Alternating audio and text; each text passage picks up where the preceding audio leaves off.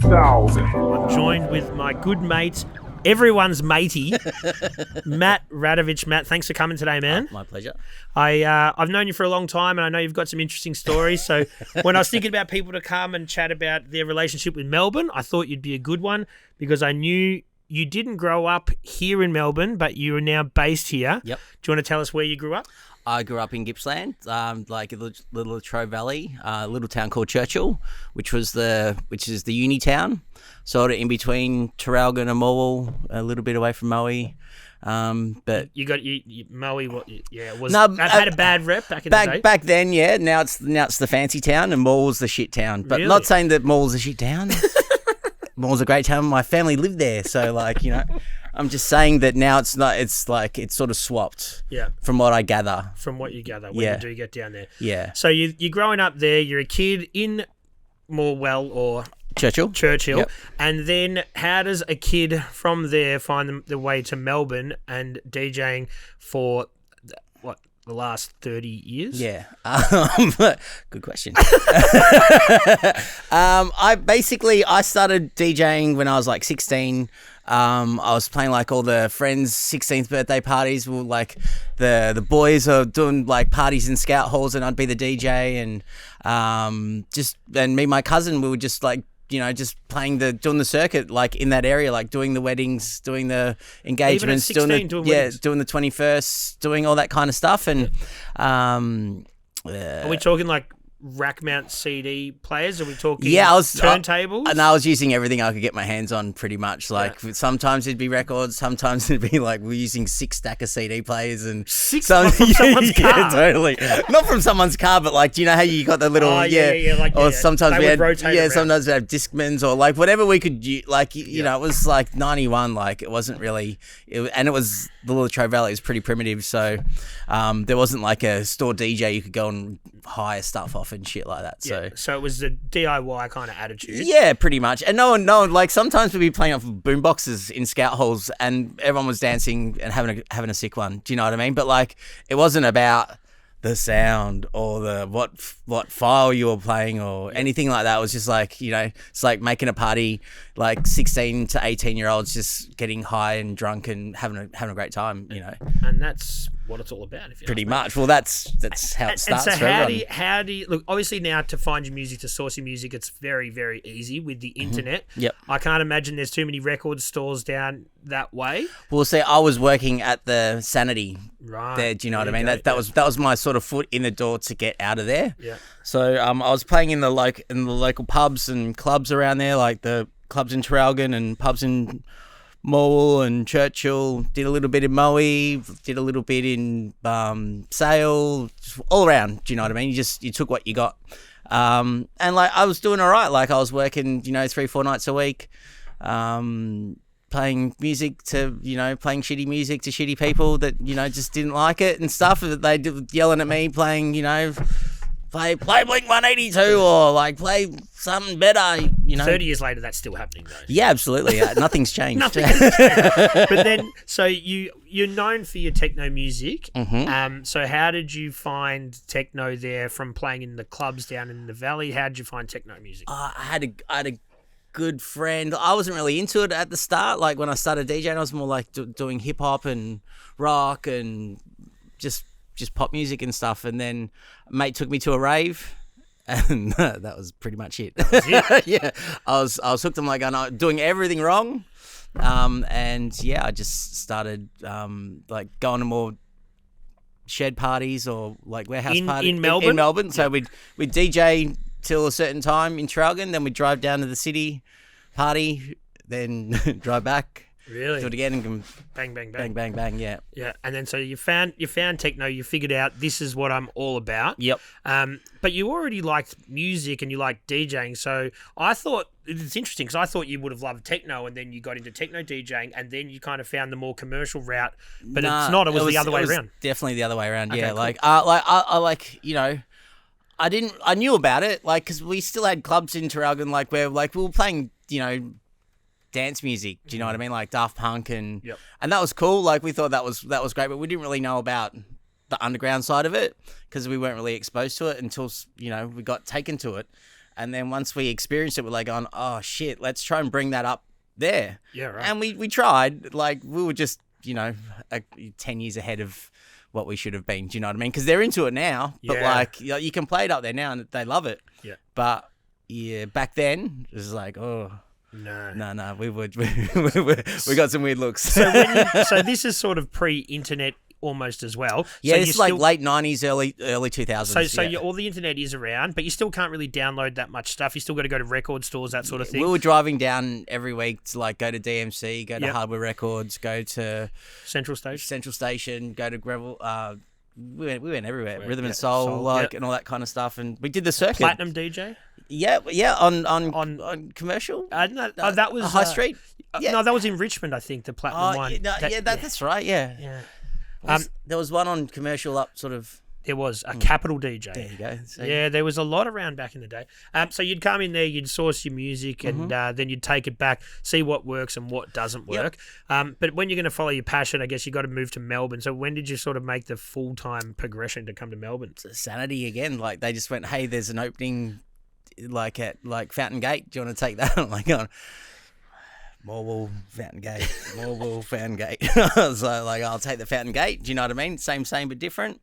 And yeah, then sort of like I was there for a little bit, and then the manager's there like, going, man, you should be working in the dance arena. You know the dance music stuff better. I'm like, going, yeah, that'd be And great. Sanity, I remember back then they were actually selling DJ gear as well, weren't they? That was the dance arena stuff. Yeah. Like You they get had the Pioneer turntables and that sort of thing. So they sort of put me in the dance arenas. I went to Dandenong, and then I just bounced around from shop to shop. Like I pretty much worked in all the dance arenas in Victoria, kind of thing. And then just that was kind of it. That was my foot in the door to the whole DJ community in Melbourne. Like I was working in the shop where everyone's coming to buy their stuff, and I got to meet heaps of people. Like I started working doing promo for Hardware, and I met good mates that lifelong friends now because of it and stuff. So, That's okay. So that's it. And then, so when did you get your first sort of like, let's say, residency or regular gig in Melbourne that you were kind of stoked on? Oh, that was the lounge. Like I played at the lounge downstairs, sort of thing, and good mate Kev from Stable Music hooked it up, and then that was it was like me and DJ Lint, Carl Stanton. We were sort of playing there for a bit, and then 10 years later, we're still Really? still Carl nicked off. He did the smart thing and nicked off, but we were just downstairs until they turned it into a Thai restaurant or something. I don't know what it is now, but yeah. Really? Yeah, so and back then I guess you did get some really consistent residencies because not everyone was DJing like they are now. So if you were good at what you did, you could really hold on to those residencies. Yeah, totally. We were there for ages, yeah.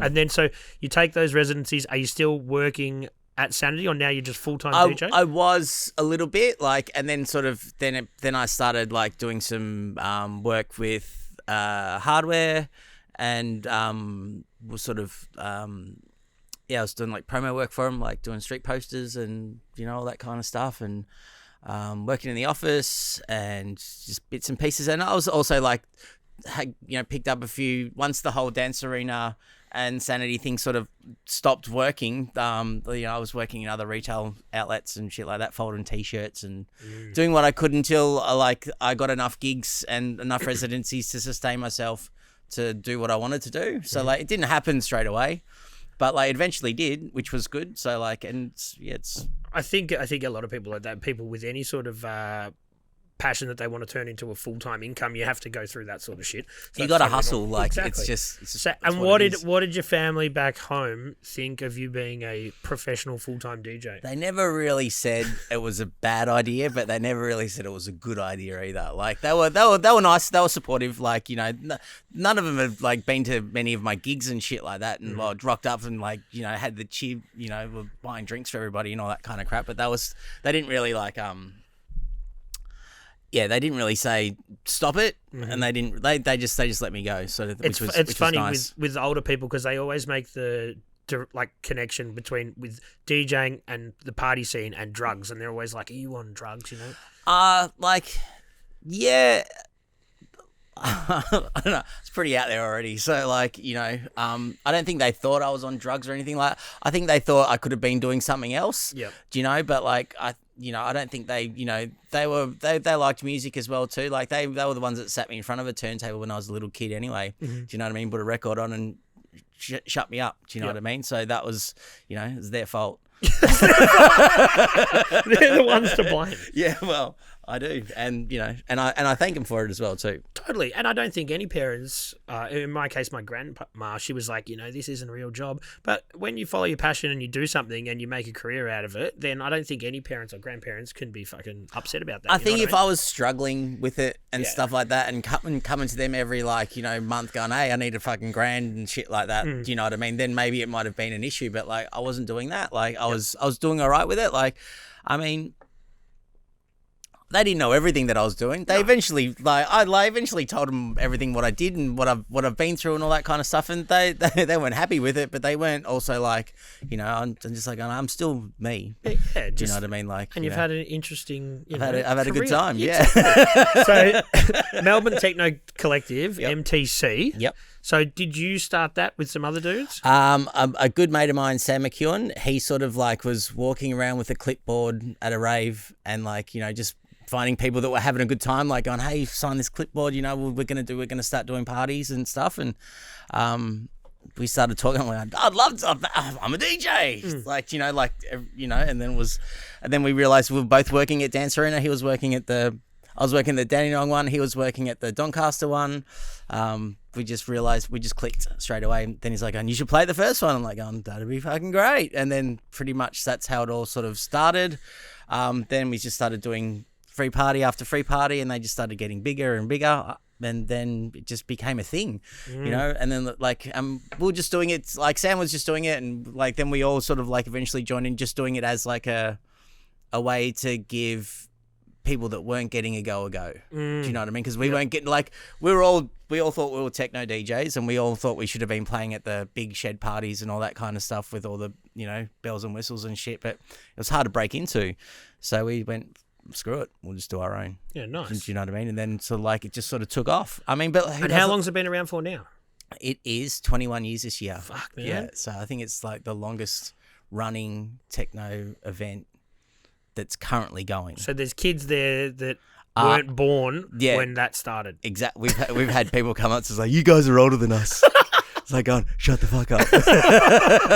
Well, that brings me to my next sort of point. So longevity in the industry. And I know no one wants to talk about I've been DJing for this many years or that many years because it makes us sound like old bastards. Right. But to stay relevant, like, no, man, I commend you because you still do some of these gigs with like the young kids and stuff. Mm-hmm. And I commend you because like it's a grind to like stay up to date with music and all that sort of stuff. And do you enjoy that part of it, or you just like playing the tunes? Mate, like Miley Cyrus, how could you not love it? Like, do you know what I mean? Like, where do I start? No, I like I like music. Do you know what I mean? I like all kinds of it. I like being able to like research, going, that's shit, that's probably gonna work, or that's really cool, that's definitely not gonna work, and all that kind of stuff. And like, it's just like I listen to it, a lot. Like I go home and research it and study it and try stuff out and, and pretty much, and then you still, even though you think you've got a plan, you're still going back, especially the commercial clubs and stuff, you're still going back to the same old thing. You can't play new stuff to them until they actually start, sticking their phone in your face with it written on it. Which sucks, because people shouldn't be doing that. But no, that is pretty disrespectful. And I mean, like, I get it, you want to hear your shit. That's cool, but like, have a little bit of faith in what we're doing. Yeah, like we know about ABBA. I just get really pissed off when people don't just talk to you like a real person. Like they have to show you the screen. You like talk to me like a. They're like standing right next to you, and they're like. Like on, I'm like. Do you think it's a generational thing though? Because kids these days don't like confrontation and they want to text you, and they're like, we don't have his number, so let's just. I think so, but then also like then they're standing right next to you. Yeah, I know. Do you know what I mean? And then like they wasted all this time for me to say no to them. Yeah. Do you know what I mean? like because like I'm finding where. Now, if you let them in, they'll take a mile. Whereas, like, if I just go to them at the start, like, look, I try not to be a cunt about it. Like I just go, no, like sorry, we don't do that here, or I don't do that here. Yeah. Like you might get it all the way with it with other people, but like I get it. I know what you want. Like, you know, and if I'm not gonna play like exactly what you want, you know, Melbourne's a big city. Yeah. Like Victoria's a big fucking state. There's a lot of fucking bars and clubs you can, you know, you probably didn't pay to get in here anyway. So like, you know. What about when you say, yeah, okay, yeah, I can probably do that, and they're like, play it next. That's the worst. You're like, you can't put a time restraint on it. Can you play it now because we're going to leave? You're like, well, I'm going to play it if you're going to fucking leave. I was like, now I'm going to play it last. Exactly. You moron. So, but no, longevity, you've been doing it and you stick with it. Yep. And I guess there is some great gigs you want to do, like the techno ones, and I guess all that sort of stuff, but you got to take the good with the bad. And I think you do a great job of still playing gigs that are cool in good venues, and keeping your finger on the pulse. And also, like, you know, sometimes you've got to do these gigs where you're not playing the great music, but that's all part of it. I mean, like, you know, in a perfect world, I could just do like, you know, like 6 to 8 techno gigs a Would you month. get sick of it? No, not really. Yeah. Like people ask that as well. Like they're going, when are you going to stop? I'm like, I don't know. When people stop giving me a gig, do you know what I mean? Then I'll find another job. Like I'll go fucking clean dishes or some shit like that. I don't know. Yeah. But like, do you know? But like, I like it. I like both sides of it. I like doing the techno stuff. I like doing the commercial stuff. I like sitting in a nice little restaurant or like a small little bar playing cool weird shit as well too. I love doing that stuff, like just engaging people and like making them go, hey, this song, like, and then you have a chat with them about how cool that song is. Do you know what I mean? Or how cool the band is or whatever. And I like that. I like that shit. It is. And it keeps you, for social people, you're always out. You're not ever sitting in an office behind a desk doing some boring shit. So that is kind of cool. Now it's interesting that you say that you do it until people stop giving you gigs, but a couple of years ago, everybody got their gigs pulled from under them. True. I started working in a brewery for a little bit during COVID, which is a bit like fucking Charlie working at the chocolate factory. But I think a lot of people in the entertainment industry had to do whatever they sort of did. So what did you do, during that period? Well, for most of it, or most of the first one, like I was just on the dole, like, do you know what I mean? Yeah. And like, I was sitting in my room, like, and I recorded a mix every day and just put it on. Well, you're still staying productive. That's good. Do you know what I mean? Like, just trying to keep my brain active a little bit. And then, like, it got towards the end of it. And then a friend rang me, goes, what are you doing? I'm like, what do you reckon I'm doing? Yeah. Doing nothing. Do you know what I mean? And he's like, going, I got a mate that's got work on. Do you want to work? I'm like, I'd love to do something. That'd be great. And so it was like in film. Mm-hmm. So they were filming this movie called Blacklight with Liam Neeson and shit like that. And they were filming it at the MCEC and shit. And it was like unit work. So it's basically you go in, you set everything up, you look after the film trucks. And you just, you pack everything up, you set everything up, you just basically go for a shit kicker that just does the hard yards, but that no one really knows that you're there and shit like that. So which I didn't mind. Like it was bloody hard work. Like it was long hours, but like I wasn't doing anything else anyway. So like it was cool. So and then. That was it. That was like. But everyone was happy to get out of the house at that stage or just do stuff. Yeah, I'd like it. The way it got sold to me as well too was a little bit different to what the actual job was. Okay. They're like, you're going to be in television. It's like, this is easy. You'll be fine. And like, I'm waking up at 4 a.m. in the morning. I'm working a 14-hour day. I'm lifting heavy shit. I'm cleaning dunnies. Like I'm fucking. Really? Do you know what I mean? But like, I did it, and it was good work. Do you know what I mean? Like it's just like you fucking getting blisters on your hands and shit. Like I hadn't done that for ages, so like I didn't mind doing it. Like it was cool. So and I guess and you appreciate when you get your gigs back. You're like, oh, it's not that bad for someone to stick their phone in your face. No, well, I had harder hands, so I just slam it. No, but I think because the lockdowns fucking obviously dragged on for so long, we didn't even know what it was going to be like. How long before DJs would come back, and then I remember playing at the SB in the Gershwin, and there was people weren't allowed to dance. You're like, well, how long is this going to last for? It was fucking weird, wasn't it? Like, so I kept that whole film contact going. So I kept getting offers for jobs, like, cause it's a contractual kind of thing. So I just kept doing that. Yep. And then I would juggle I wasn't like going to rely on being a DJ again, sort of thing. So I just like was juggling what I was getting from both. And then, then when DJing came back, and then I was still getting film work. So I'm like doing these, 60, 70 hour weeks of film work, and then I'm like trying to juggle still being out all night, so like it's really weird hours and shit like that. But like I don't know. Like after it all happened, I sort of don't trust that whole thing anymore. Like, because it is, you know, like what happens if something happens again? What happens if someone fucking bites the head off a bat and we've all got it again? You know what I mean? Like, Totally, man. you know. So like I mean, like I still love my like I'm still gonna keep trying down that path, but like I like having that in my back pocket as well too, as a career, sort of, not as a career, but like as a job that I can still make a crust out of and not be reliant on anybody else as well too. I think, and I think we all sort of figured out during that time that we can't put all our eggs in one basket, you know, because sometimes you drop the basket. You know? But like, no, we all sort of, I think, figured that out and had to have things to fall back on. So man, that's definitely important. Yeah. All right. So look, in Melbourne is where you play most of your gigs. You obviously, well, you know, obviously, but I know that you go to Detroit once a year when you can for what is it for the techno festival? They have a thing called Movement, which is like a 3-day music festival. So it's not just a techno festival. It's like they have everything. Like they've got like hip hop and house music and electronic, like weird electronic stuff and all kinds of stuff. And then they also highlight the locals that live and play there and stuff. And it's just an electronic dance music festival. Yeah. So like it's a bit.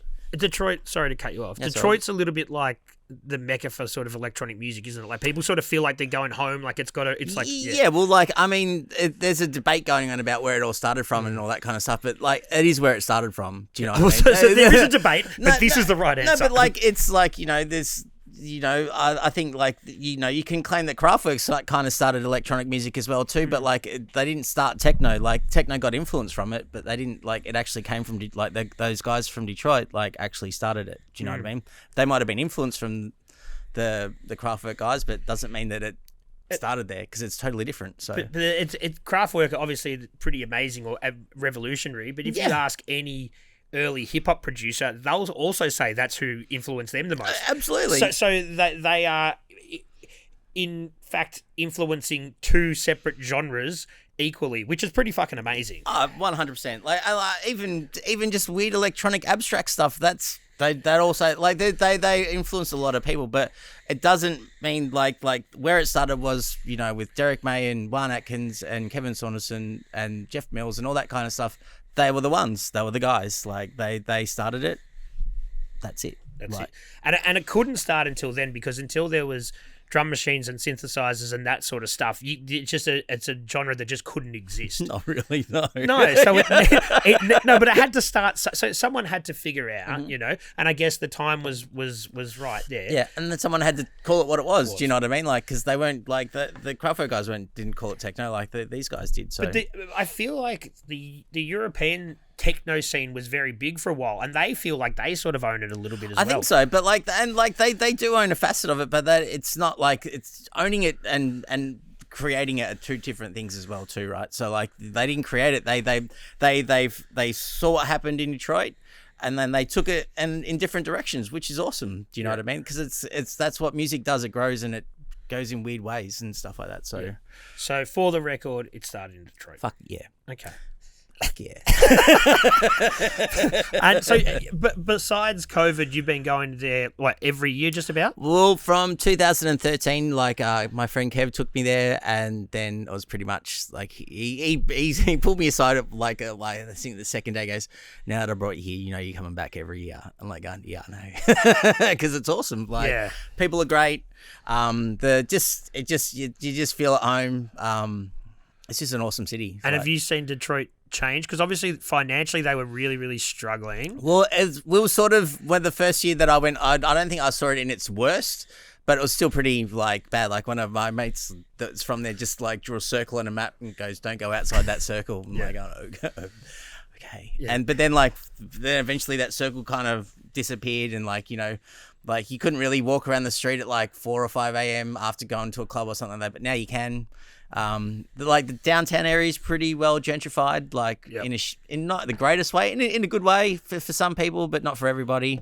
But like it's still it's awesome, but like it's also taken a bit of the shine off it as well too, like or the grittiness, not shine. They put shine on it. They put the shine on it. But like the other see if I can, Siri doesn't understand. Yeah, but look, I've never been to Detroit, but from what I can gather, I think it's always going to have a gritty side to it. Yeah, it still does. Like, I mean, there's still like you still can't really go down some certain streets and all that kind of stuff. But like you can't really go down some streets in Melbourne and shit like that. So like, I mean, it's still awesome. Like we went last year and it was fucking great. So it didn't, like, COVID didn't have an effect on it. I think it did. Like, do you know what I mean? But like, it's still like it was still the same old. It was still like a nice. It was still very familiar, and like it wasn't like. And you catch up with old friends, I guess you see every year. Yeah, like bit of a reunion all the time. Do you know what I mean? It was really nice. It was like just I mean, it was. I didn't hate it. Yeah. You'll be back next year. I'd like to, but like maybe not, but maybe 2024. Kev's going to try and drag you there though. Oh yeah, for sure. Yeah. Maybe next year. Maybe. All right, we'll see. Yeah. Well, weed's legal over there now, so like it's not going to be far off here as well. Yeah. I don't know. I'd please let it happen, but yeah.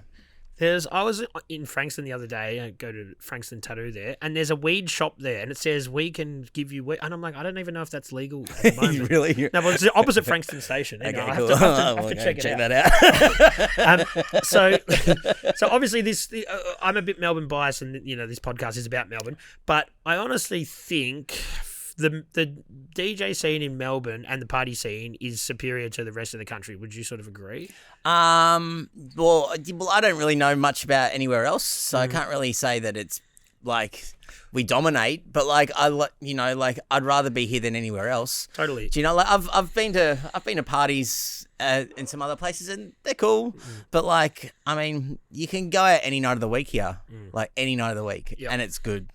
So, like, I can't see that happening anywhere else. No. And even from a professional DJ point of view, you can make it on your own here. When I'm like in Sydney or a few other, I think even in Queensland, you kind of need the help of an agency. And if you don't have an agency, you get overlooked.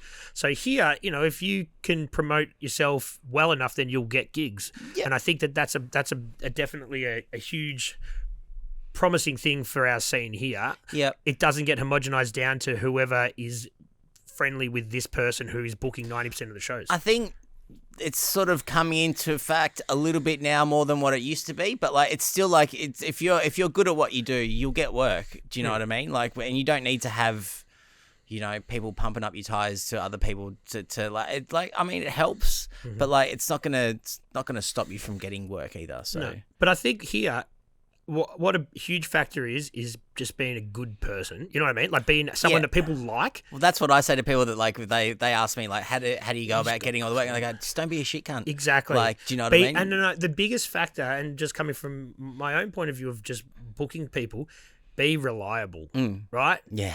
Like that's the thing, and I think a lot of these people that are in the older side of the DJ world, I'm talking kids, people that aren't in their 20s, get a lot of regular gigs, and it's because they fucking turn up. Yeah. And the younger guys don't seem to. Like, either.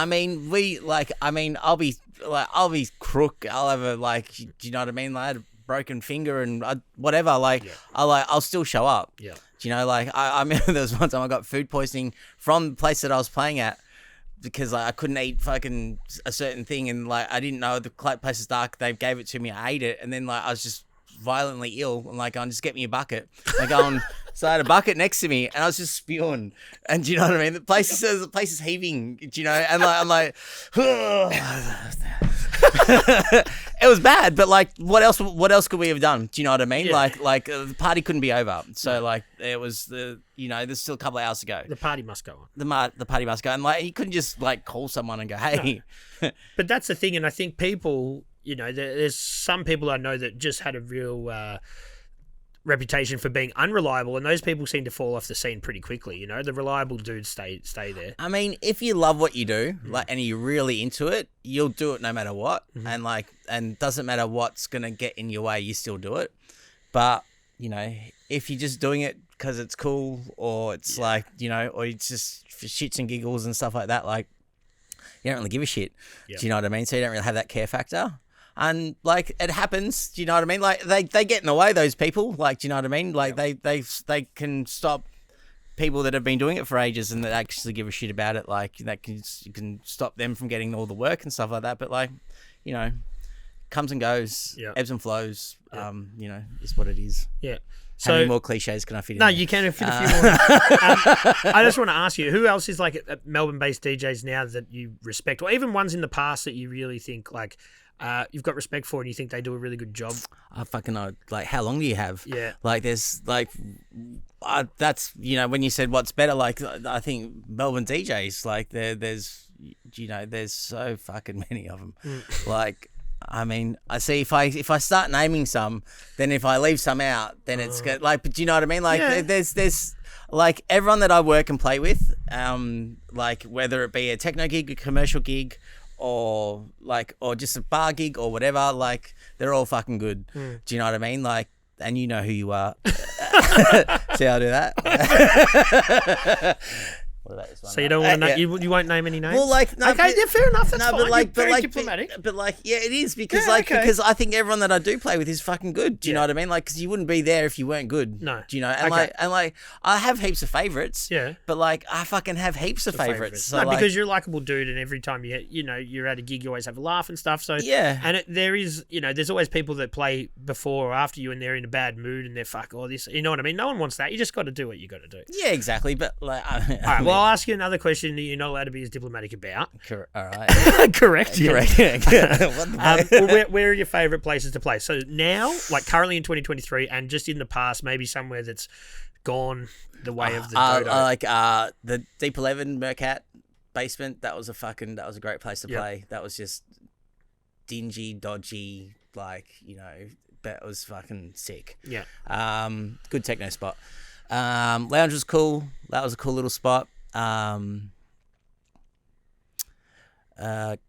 Currently, like, Angel Music Bar's cool. It's a nice little bar. They have a good music policy. They let you play sort of whatever you want, and you know, which is cool.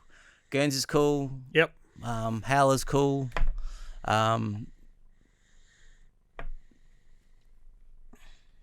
I mean, like, I've been playing at Glamorama a bit. That's the people that like run it and work at it. Bosco. Yeah, they're awesome people. Do you know what I mean? Yeah. Like, they make you feel at home. Like, and you know, it's the crowd's cool. And they're very young kids at Glam as well. And has that got a 5 a.m. or 7 a.m. license? Yeah, 5. Yeah, 5. So like, that's just a fun spot to play. Like, you know, you can just go in there and like, you don't have to be the techno guy, even though sometimes they want you to be, and you can just mess with them a little bit, and they go for it, which is cool. So so techno now is very commercial. Yeah, I mean, there's still an underground side to it, and there's a commercial side to it. So like, it's very, I don't know, like, there's a lot of different like facets to it now, whereas before it used to just be one thing, and now there's a lot of different like branches to it. So, is it merging with what house music was though? Is it becoming that? Like, it's becoming more ravey now. Like, kids like it faster, more ravier. It's borderline trance and borderline. Okay, so we're talking like a 140 BPM type stuff. Faster. Some of them, like, you know, you're playing at 140 and it's like, oh, mates, take it easy. Slow down. I get it, because I was like that when I was younger. I wanted it faster and stuff like that too, but like, you know, just relax. Yeah. So, dealing with the 5 a.m. finishes, and I guess sometimes 7 a.m. finishes, and I just living a nocturnal existence. A lot of DJs hang out with other guys because they're living that same life. Has that been fucking an issue for you? Like, just with like having a nocturnal existence? Yeah, like, you miss a lot of shit. Do you know what I mean? Like, there's certain things that like normal people do, you know, that you can't do because you're working, like, you know, especially on weekends. Yeah, you miss weddings. You miss all that kind of stuff. Birthdays, heaps of shit. Do you know what I mean? But like, it's my job. Like, I, you know, put your wedding on a Tuesday. Like, you know, you're not going to, are you? So like, I can't help it. Like, you know, I need to make a living and shit. But yeah, I mean, sometimes it'd be nice if we had the same schedules, like, you know, but then it's also like, you know, it doesn't, it is what it is. I mean, might have bothered me a while ago. Doesn't really bother me now because it's part of my life, sort of thing. So and you get used to it. You get used to it, yeah. And then people, they understand they don't ask you to do stuff on Saturdays anymore. Yeah. Yeah. You know, if they want you to, they ask you like a month or two in advance, like, hey, you got to be at this. I'm like, I'm cool. At least now, like, at least you're not asking me a week or two before. You're asking me in advance, so I kind of know. But like, also just telling you that, you know, if something pops up and I need to do it, I need to do it as well too. So like, exactly. You know, yeah. The thing is, I guess, and a lot of people don't really understand, is you probably have 10 or 12 hours a week that you can really make that good coin. So to say no to that, like for the whole week, well, then just sets you right back. Yeah, exactly. And like, I think, yeah, look, there's the Monday, Tuesday night gigs are pretty few and far between, if they even yeah, exist. I mean, like they do, like they're out there, but like, you know, they're not everywhere. Like as on a Friday and Saturday, or even Thursday or Sunday. Do you know what I mean? There's more of them there, but like, you know, when you get those midweek ones, awesome. But, Yeah. you know, there's not as many as, you know, in the in the weekend area. Yeah. What's a place that you said before the Meerkat, but what's like a bar that you just wish sustained that isn't here now that you really wish was still here? Yes, that's it. It's Meerkat, yeah. Yeah. It's just like, I mean, it's I get what they had to do. You know, like I understand like the you know the development of the market and the surrounding areas and you know, it's even kind of gentrifying, you know, because like but like it's just, yeah, that was just a very unique like we had some pretty heavy hitters in that scene play there to like a full room and just like experiences that you'll never get anywhere else. And we've had like the artists say that. Yep. Do you know what I mean? Like, man, that was fucking amazing. Like, I've never been able to do that anywhere in the world. So like, and yeah, just everyone loved it. Like, didn't matter like what kind of music you're into. Like the Morfire guys were doing dub nights there, and they were there for ages, and like they had great parties there, and there was crazy drum and bass parties there. There was crazy house gigs there. Like, you know, it was just a unique space that, like, you know, I don't think might not go down as well now because it just wasn't pretty. Do you know what I mean? There wasn't like the facilities weren't the greatest. But it was a fucking cool spot. Like, it was just awesome. Have you ever considered to try and get into the ownership side of a venue yourself? Like, I know that a lot of people sort of think that that's the progression, but especially after COVID, I see like it's a tough spot to be in. And look, if we can't work, you can't work, but at least you don't have bills coming in that you can't pay, like rent. I'd like to. I mean, yeah, but like, I mean, I don't have that kind of coin or like, you know, collateral or anything like that. So, I mean, you know, working for that long in this industry, like I'm sure I have a few good ideas and stuff like that, but I don't think, you know, I think I'd do it. I could help. That we partner up, I think, doing it by yourself would be a big ask, but to partner up with somebody who's, you know, got the finances and then you. I mean, I could definitely, like, you know, I have a few ideas and like I see how things work and I see how things don't work, and I've seen it happen for 32 years. So like, you know, it's just, you know. Yeah, but it is a bit whether people want to listen or not is another thing as well too. Because sure everyone's got their own ideas about how things work and shit like that. So you've got enough of a network. I'm sure there's people you could speak to make those sort of ideas. I think it's just a tough situation now with people who don't really want to put their money where their mouth is because it's too uncertain. Yeah, I mean, kind of sucks. yeah, but I get that, but like, there's still a thriving little like scene of like owners, and they're doing cool stuff. Like the new owners at Halla are doing awesome things. Like they're bringing a different culture to the venue, and it's working really well for them. And it's what do you mean by different culture? So well, it's not just a band venue anymore. It's Okay. not just like a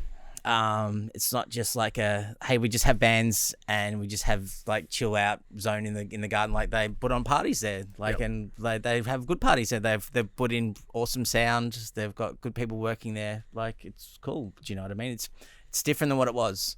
So, and it's showing that because a lot of people are going there again. Do you know what I mean? Like when they used to when it first opened and stuff. So yeah, it's funny because like it goes to show that you don't need to shut a venue down, give it a total like makeover just to like change it. You can just change the direction. And stuff yeah, like exactly. That. Yeah. And it's interesting because a lot of venues that we've worked at in the past, people have come in, they've sold whatever, they've changed direction, and you're like, I don't even know if you really needed to do that. You know? Yeah, like, I mean, everyone's got their own idea, everyone's got their own agenda about things, but like, you know, sometimes you need to listen to the people that are there every day and that see what happens. And like, hey, this is just leave it the way it is. It's working. Or like, oh, hey, let's, you know. It's funny though, because the whole industry now, you've got to have people that are willing to go out and spend $14 for a pint of beer, you know. So like, it's a lot. Like there's no more, you know, $3 pots or anything like this, like back in the old days. So if you're gonna have a venue, like people have got to be willing to spend the bucks. Well, that's why like we've started doing our free parties again. Do you know what I mean? Like it's like going, hey, let's just give it back. Do you know what I mean? We're not doing like us with MTC stuff. We're not doing it to make cash. We're doing it to play. Do you know what I mean? So like if the venue's willing to like cover the costs to run the party, and like we'll do it for free. So where are you running them at now? We're doing it. We've done one at Howler. Hopefully, hopefully there'll be more. And we're doing one at Sub Club in August off Flinders Lane. So that's another great place to play as well too.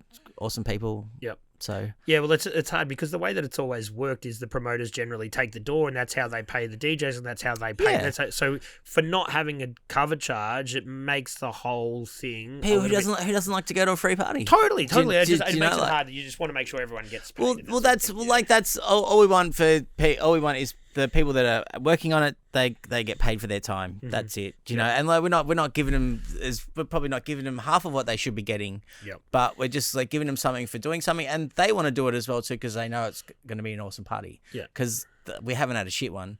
Do you know what I mean? Like, well, we haven't. Like, in 21 years. Well, no, not a free one. The free ones have been great. Yeah. Some of the main ones, yeah.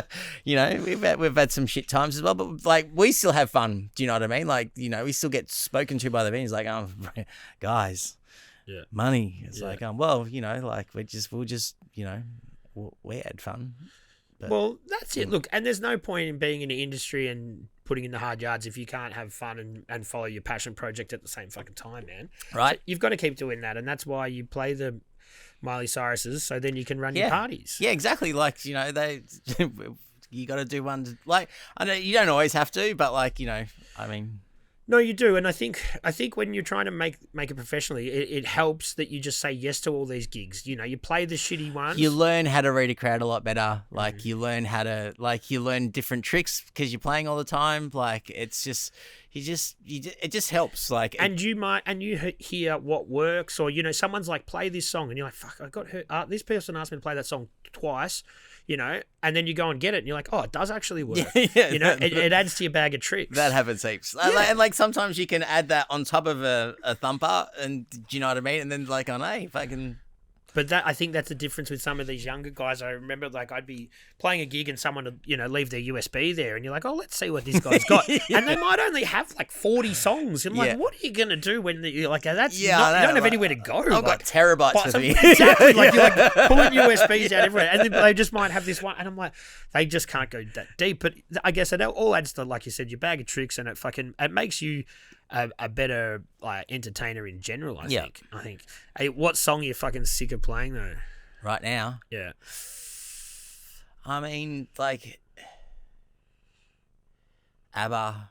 Do you know what I mean? Like, and that's just lasts the test of time. Is just as a fucking. It's still like, I mean, like if people ask for it, like we were messing with people, like when that whole gimme thing was going off, like we just like they brought out a new album, right? It's like sick. So, and people wouldn't always ask for Gimme Gimme You, they'd ask for ABBA. Yeah. Right. So I'm like, all right then. So you could do that Madonna remix. It sounds like that. No, I just downloaded downloaded some of the new ABBA stuff, right? And so when they'd ask for ABBA, I'd play the new stuff, and they're like, "What the fuck is this?" I'm like, it's fucking ABBA. That's what you asked for, right? And they're like, "No, this sucks." And like, so you're saying ABBA sucks, right?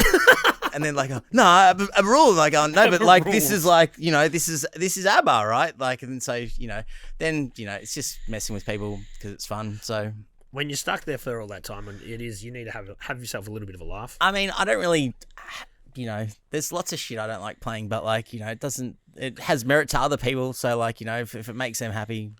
Sure. Totally, man. And that's the thing. You're there to contribute to the vibe and make sure everyone has a good time. Yeah, I mean, I still play ABBA. Like, I'm not playing Gimme anymore, but like, I'm playing the other ones. So like, you know, it's just what it is. They want to hear it.